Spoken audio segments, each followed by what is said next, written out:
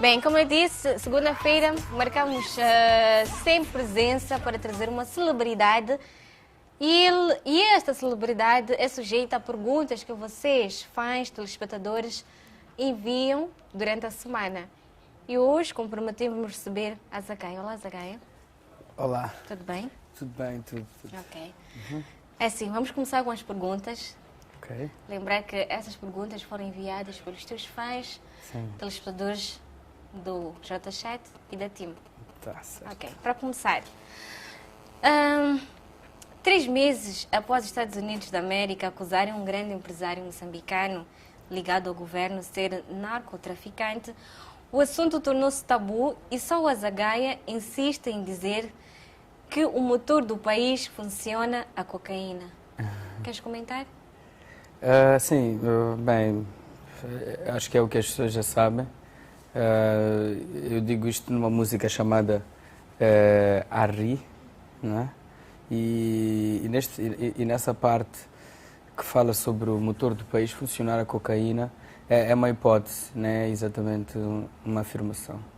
É por hipótese, uma vez que temos vários casos de tráfico de drogas. Os casos de tráfico de drogas não começaram agora. Eu lembro-me desde os anos 90, as 40 toneladas de AX e outras coisas mais. E ano após ano, época após época, sempre temos esse tipo de escândalos. E o que nos leva a crer que existe um mercado desconhecido que funciona aí para o tráfico de drogas e que alimenta também muitos circuitos e muitos negócios que são bonitos assim à primeira, mas a gente não sabe. E existem dados científicos, se as pessoas quiserem ir atrás, que fazem alguns estudos sobre o aparecimento o fenómeno da banca em Moçambique, o fenómeno das casas de câmbio e muitas outras coisas mais. Isto são coisas que não digo eu só, diz também muita gente, e existem pessoas que se ocupam de investigar esse tipo de assuntos. Mas é o que se diz, existe muita coisa neste país que funciona, não há aquilo que a gente pensa que é, não é? Este é o comentário que eu posso fazer a respeito. Ok. Vamos continuar aqui com a lista de perguntas. Lembrar que todas elas foram enviadas pelos telespectadores. Ok. Depois do comentário, Zagaia, tu não tens medo de ser morto por causa dessa tua ousadia de falar de questões importantes e tão delicadas? Bem, digamos que tudo tem a ver com a lógica com a qual nós conduzimos a nossa vida, né? Eu conduzo a minha vida de uma determinada forma. Em relação à morte, ao medo da morte ou não, eu aceitei a morte como um fenómeno natural. Todos os seres humanos nascem e morrem. Nascemos, nós escolhemos o dia que nascemos, a família em que nós nascemos, o bairro, a cidade, nós nascemos. Mas o nosso destino fazemos nós. Nós podemos escolher como é que vamos morrer. Porque morrer vamos. Então, se queremos morrer como isto, como aquilo, se quisermos ser lembrados como A, como B, como C, já depende de nós. Então, é uma questão de eu assumir que eu é que faço o meu destino, não é? E ninguém mais, porque se falarmos em medo de morrer, acho que estamos num mundo muito violento, em que ao atravessar a estrada eu posso ser atropelado, eu posso levar com uma bala perdida, posso ser envenenado, posso morrer de asfixia. Houve aí a polémica por causa da Mosal, que está aí a lançar, que ia, ou que vai, ou que está, que não sabe bem, e tem muita gente que vive à volta daquela fábrica, quem sabe pode morrer daquilo. Existem várias... morrer, basta estar vivo para morrer. Então eu acho que nós temos que fazer a nossa morte valer a pena, não é? Então, para que um dia, como naturalmente vai acontecer, quando chegar ao fim dos meus dias, as pessoas possam dizer que valeu a pena ele estar aqui conosco, não é?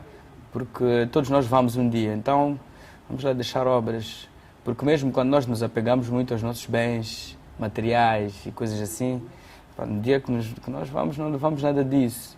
Acho que o mais importante é garantir segurança para a família, mas, acima de tudo, os ideais.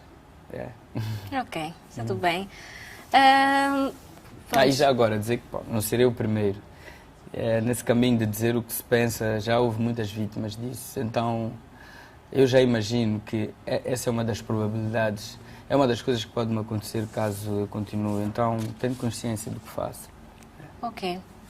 Azagaia, por que aceitou concorrer à vaga de deputado da Assembleia da República pelo partido MDM?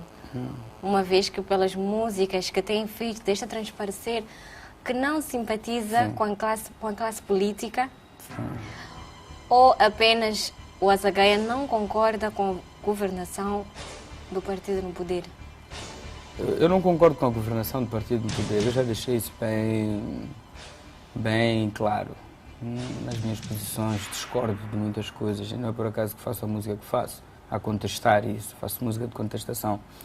Assim, eu disse que eu sou do Partido da Verdade, sem lugar no Parlamento. Okay. Mas eu acho que isto continua sendo verdade, afinal de contas já não estou aqui. E o que aconteceu é que, acho que agora posso dizer aqui em televisão, para as pessoas perceberem de uma vez por todas como é que eu cheguei a esse ponto. Na altura, eu estava a sofrer boicotes muito grandes de várias empresas daqui. Tive informação de empresas como MCL e Vodacom a barrar a minha participação em espetáculos, uma vez que estas empresas acabam tendo um monopólio sobre grandes eventos culturais. Já várias vezes fui convidado, depois, assim no meio do caminho, desconvidaram-me. A primeira vez que isso me aconteceu, eu fiz uma carta, foi para a TVM. Mas as outras vezes que isso aconteceu, fui engolindo os sapos e fui percebendo como o cerco estava a ficar apertado, não é? E, naturalmente, já comecei a temer não continuar a fazer o meu trabalho, quer pela minha integridade física e quer também pelo espaço para fazer o meu trabalho. E como, para mim, acima de tudo, sempre teve os meus objetivos. Quando surge o Dave Simango como candidato independente, recandidatou-se, né, a presidente do município da Beira. Na altura ele saía da Renamo. Eu achei aquilo uma injustiça e não importa quem seja a pessoa, quando há uma injustiça à volta eu apoio. Pode não usar as minhas cores, não interessa. E foi o que eu fiz. Acreditei nele e apoiei. E fui dos poucos, se não os únicos, ou não o único músico daqui, da capital, Maputo, que o apoiou. E houve outros da Beira. Eu apoiei, ele venceu e eu fiquei muito feliz com isso. Depois ele criou o MDM. E é neste momento que, bem ou mal, eu decidi também apoiar, porque pareceu-me que, não é? Começando por ele, estava a nascer uma coisa nova para Moçambique. Nós até esse momento tínhamos só Frelimo e Renamo, que então era cada um puxa do seu lado, não é? E diz-se que não existe democracia com apenas 2 partidos políticos. Então, um terceiro partido político, um quarto, que fosse forte e ia equilibrar mais, ia haver mais discussão. A princípio eu apoiei a ideia de um terceiro partido. E o partido, por coincidência, estava a ser criado por alguém que eu também apoiei. Achei que nada mais, nada menos, nada melhor que aceitar. E atendendo também ao fato de, quando recebi este convite para deputado, para concorrer para deputado, eu não fazia parte do partido, eu não faço parte do MDM, está aqui bem claro. Não fazes parte? Eu nunca fiz parte do MDM como membro, eu nunca tive nenhum cartão de membro do MDM. Eu sempre agi como simpatizante. Já houve concertos que eu fiz que fui pago, já houve concertos que eu fiz que não fui pago, assim só na amizade às vezes. E sempre deixei claro que eu simpatizo com a ideia e apoio. Eu acho que ninguém deve me impedir de apoiar algo que eu simpatizo. E foi o que aconteceu. Eu apoiei. Candidatei-me, não é? E deu no que deu, as pessoas todas já sabem. E eu continuei. O que acontece neste momento é que se calhar as pessoas podem perguntar, mas como é que está o Azagaia em relação ao MDM? Não tens nenhum tipo de ligação? não tenho nenhum tipo de ligação, nenhum vínculo com o MDM.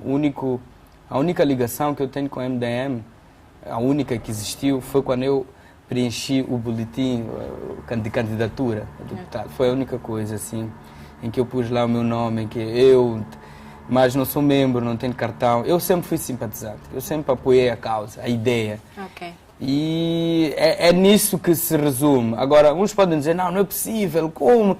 Bem, fica aqui a questão, podem facilmente investigar e ir a fundo e vão perceber que eu estou só a dizer a verdade. Agora, se é uma verdade estranha, pô, isso também já é outra coisa. Vamos falar do movimento 6 de maio. Sim. Ok. A Zagaia pretende um dia candidatar-se a Presidente da República? Como é que eu posso responder essa pergunta? Se eu pretendo um dia, Sim. se o dia chegar e se houver sol, chuva, e de acordo com isso acontece ou não, né? Então Sim. não faz sentido responder essa pergunta. Não vai... Não. Entende a minha resposta? A pergunta foi, Espera, eu vou se repetir eu a pergunta. pretendo um dia.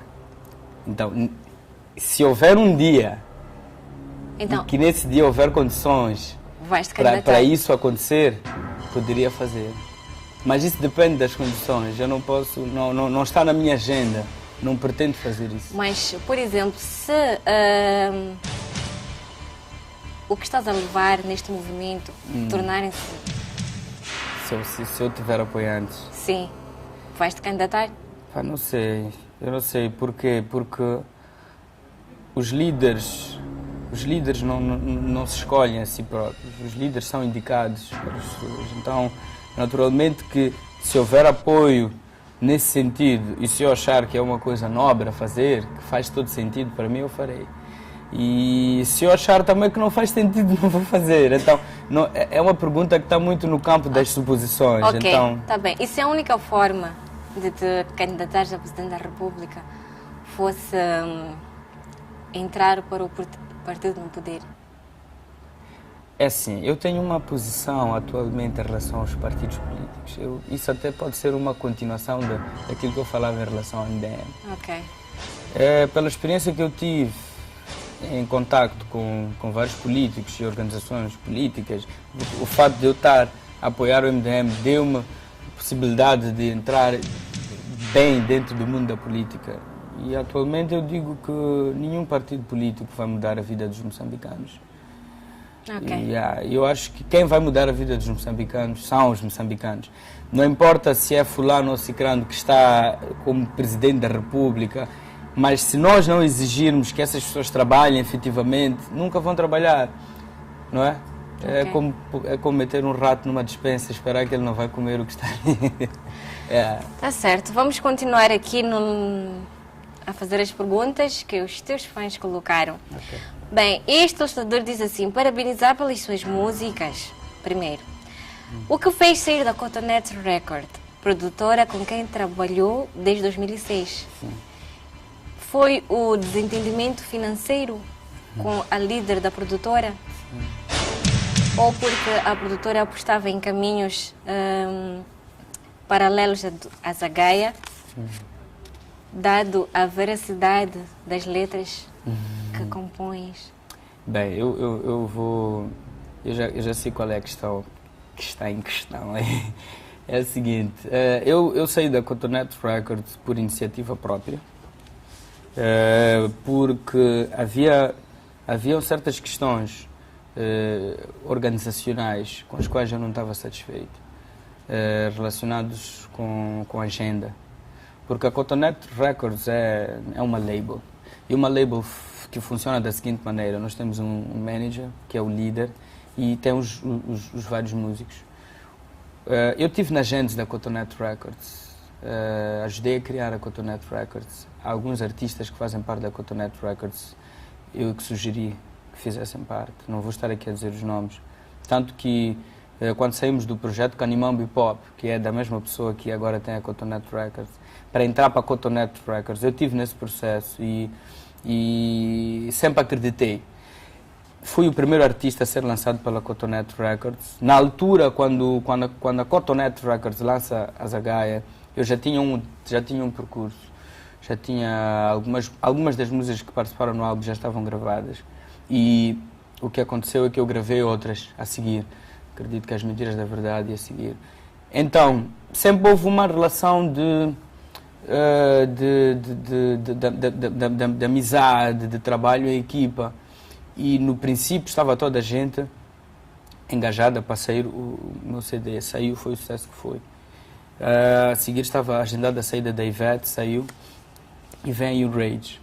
Mas no meio disto tudo, a quantidade de trabalho que existe dentro da Cotonete Records foi aumentando. Não é? E ainda continuávamos e continuamos, ou continuam talvez, com uma direção, digamos que um pouco centralizada. E estava-se nos últimos tempos a tentar resolucionar isso, a alargar a equipa de trabalho. Não é? Mas este processo prejudicou-me. Eu vinha ponderando a saída da Cotonete há 1 ano. Não exatamente a saída da Cotonete, mas o futuro da minha carreira musical. Em que uma das hipóteses era sair da Cotonete, mas não foi a primeira. Saí por algum tempo, fiz alguns concertos com o nome Música Perigosa, voltei, não anunciei que tinha saído da Cotonete, foi uma coisa, um combinado só entre eu e o manager. Tentamos de novo e não estava aquilo que eu queria. E muito amigavelmente nós conversamos, eu disse, olha, eu prefiro seguir sozinho e vamos continuar a colaborar. Pelo menos eu não tenho que estar a exigir certas responsabilidades e ficar naquela de que não está a ser cumprido. Então, como também trata-se de uma relação de amizade, para não estragar a amizade com negócios e coisas do género, trabalho, eu preferi salvaguardar também a amizade que existe e então, continuar a solo. Então, para dizer que esses foram os motivos que me levaram a sair da Cotonete. Ok. Não tem nada a ver com questões financeiras. Ok, tudo bem. Não tem nada a ver com questões financeiras. Esclarecidos. A outra pergunta que eu vou colocar agora é assim: as tuas letras são de intervenção, não é? Onde queres que, de uma certa forma, abrir as mentes, os olhos das pessoas, do público. Se o teu objetivo é mudar um bocadinho a mentalidade, mudar muito a mentalidade. Importante, só mudando muito. Há coisas que estão muito erradas, então não faz sentido mudar um bocadinho. É sim. Bom, pode levar muito tempo, mas temos que saber muito bem para onde vamos. Ok, tudo bem. E sabes que as tuas músicas chamam muita atenção pelo conteúdo, pela forma como tu abordas os temas.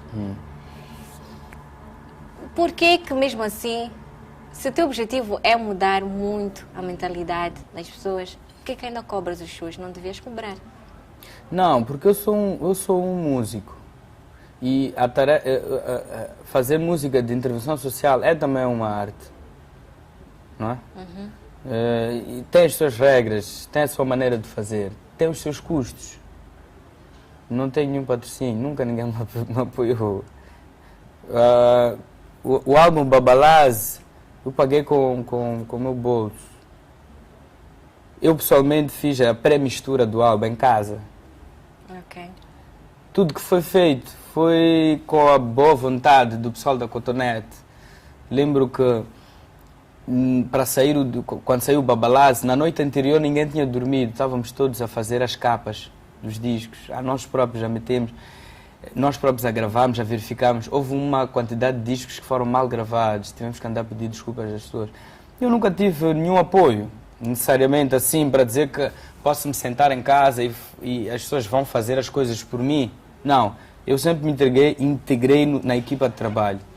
Então não tem lógica nenhuma, seja qual for a pessoa, pensar que eu vou fazer um concerto ou que eu vou vender, ou que eu vou tornar disponível um disco que custou dinheiro para fazer e que eu não tive nenhum apoio para fazer e as pessoas mesmo assim querem que eu ofereça. Já estou a oferecer muita coisa. Naturalmente que o que se paga por um concerto, por um CD, o que se vai encontrar ali nem tem preço. Se chegar a pessoas e disser que, bem, faz sentido, tudo aquilo que tu disseste no álbum Babalaz vale 300 meticais. Eu desafio a pessoa a dizer isso, porque é como um livro, tu pagas um preço por um livro, mas o livro pode mudar a tua vida completamente e nunca há de haver dinheiro que vá pagar isso. Ok. A única coisa, cobra-se os concertos, cobra-se os CDs, porque tem que se fazer o trabalho. E para se fazer o trabalho é preciso dinheiro. Infelizmente é assim que a gente trabalha neste mundo, é só por isso. Já estamos esclarecidos. Agora, outra pergunta. A determinada altura da tua vida, já percebeste dos casos de desinformação? Sim. Ao ponto o caso da morte do ex-presidente Samora Machel, cujos manuais escolares atribuíam acidente de aviação, ficando a saber-se mais tarde que Machel poderia ter sido vítima de assassinato. Sim. Este foi um ponto de viragem no crescimento artístico e cultural. Que verdade é que sabes que o povo desconhece? Bem, é assim, eu sempre fui eu sempre fui o tipo de moçambicano que gostou muito dos símbolos nacionais. Adorava cantar o hino nacional. Gosto muito da bandeira. Sou uma pessoa muito ligada à simbologia das coisas. E estava tão ligado que quando comecei a notar que havia muitas mentiras, fiquei profundamente decepcionado. E estou muito decepcionado com toda esta farsa, essa mentira em que nós vivemos. E eu acho que muitas coisas não dão certo porque nós continuamos a viver na mentira e só vai ser um ciclo vicioso. Que verdades eu sei que o povo desconhece? Bem, é complicado. Eu, para dizer que isto é uma verdade, eu teria que ter uma prova. Teria que ter uma prova. Mas eu, por exemplo, acredito que Samora Machel não morreu de acidente de aviação. Acredito que ele foi assassinado. E acredito que o assassinato dele teve envolvimento de pessoas do governo moçambicano. Agora, se foi com o governo sul-africano, o governo russo, o americano, não sei. Houve uma força que esteve interessada em acabar com a vida de Samora Machel e encontrou na equipa dele pessoas que estiveram disponíveis a entregar-lhe. É como eu penso. Samora Machel foi traído.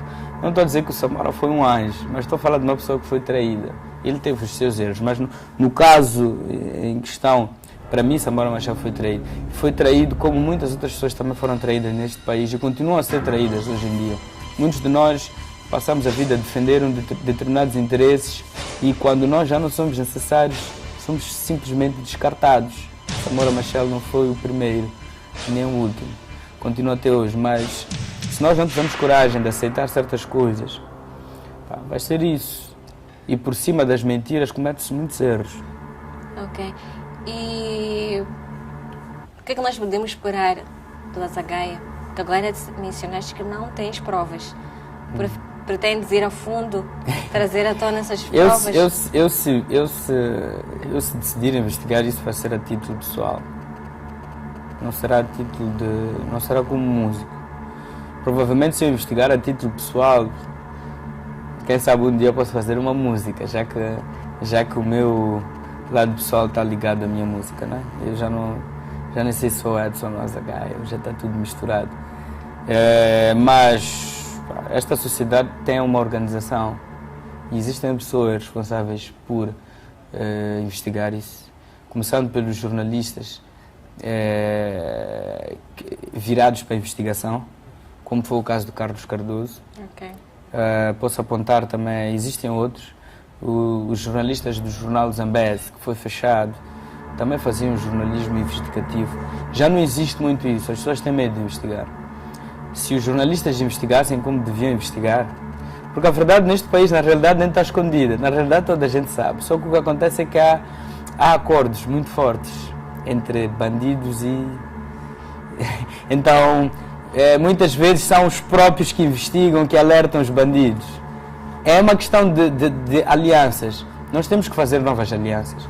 Temos que saber, estamos a fazer alianças para para salvaguardarmos, tipo, a minha família, os meus amigos. Ok. Ou estou a fazer alianças para salvaguardar uma coisa que eu acredito que é o bem-estar do povo moçambicano, já que eu sou moçambicano. Porque não adianta eu ir para fora e dizer que eu sou moçambicano, tenho ali o passaporte, mas não faço nada que dignifique isso. Então, é mais ou menos por aí. Por mim, eu acho que devia-se investigar, a sério. Os moçambicanos precisam saber isso. Já passam 25 anos após a morte de Samora Machel. Epá, já é uma vida. Eu tenho 27. Epá, é ele, e são vários. E eu acho que é com a verdade que nós podemos nos perdoar. Mas as mentiras, não. Ok, vamos à próxima. Lançamento do single Filhos da... Achas que em nome do intervencionismo se pode cantar tudo? Intervencionismo que é? Pronto, não é o teu lema. Trazer música... Eu sou um músico de intervenção social. O que é intervencionismo? Intervencionismo é qualquer coisa como moda, né? Os ismos, Ok. né? O capitalismo, o modismo, o comodismo, parece logo uma coisa negativa. Não é intervencionismo. Não é uma moda.